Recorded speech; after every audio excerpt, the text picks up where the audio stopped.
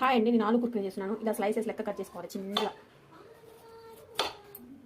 ఇలా కట్ చేసుకున్న స్లైసెస్ని మళ్ళీ కట్ చేసుకోవాలి. సన్నగా కట్ చేసుకోవాలి.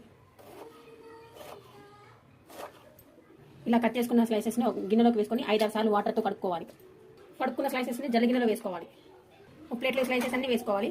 కొంచెం కొంచెం పచ్చిమిర్చి తరుగు, కొంచెం కొంచెం కొత్తిమీర, కొంచెం కరివేపాకు, 2 టేబుల్ స్పూన్ల బియ్యం పిండి, 2 టేబుల్ స్పూన్ల కార్న్ఫ్లోర్, కొంచెం కారం, 1 టేబుల్ స్పూన్ మిరియాల పొడి, లైట్గా జీలకర్ర పొడి, లైట్గా గరం మసాలా, లైట్గా చాట్ మసాలా, రుచికి సరిపడా ఉప్పు.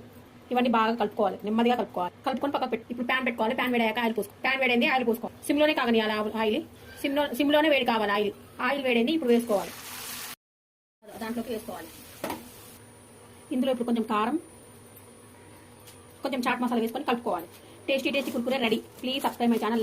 నచ్చితే లైక్ చేయండి, షేర్ చేయండి. Bye friends, please subscribe my channel. నచ్చితే లైక్ చేయండి, షేర్ చేయండి, సబ్స్క్రైబ్ చేసుకోండి ప్లీజ్.